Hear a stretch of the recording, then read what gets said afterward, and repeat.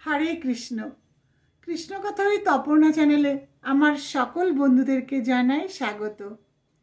কেউ যদি তোমায় কষ্ট দেয়, তাকে আঘাত না করে এই তিনটি কথা স্মরণ করে দাও।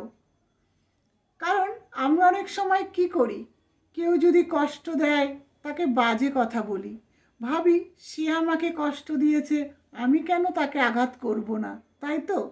কিন্তু না, তাকে এই তিনটি কথা বলে দাও।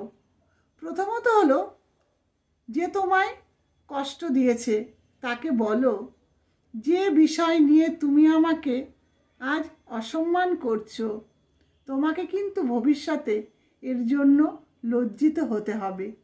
কারণ সময় সবসময় আমাদের এক যায় না, এটা মনে রেখো। দ্বিতীয়ত, তাকে বলো যে তুমি আমার সাথে যে ব্যবহারটা করছো, তোমাকে কিন্তু দুদিন পরে এই ব্যবহার ফিরে পেতে হবে, শুধুমাত্র সময়ের অপেক্ষা। আর তৃতীয়ত হলো, তুমি আমাকে আঘাত করছো, অপমান করছো, কিন্তু মনে রেখো, সোনাকে যতই পোড়াও না কেন ততই খাঁটি হয়। কারণ কেউ যদি কাউকে আঘাত করে তাহলে কি হবে, সেই আঘাতটা তার কাছে পুনরায় ফিরে আসবে। কারণ কি বলছে, এই জগতে কোনো কিছুই চিরস্থায়ী নয়।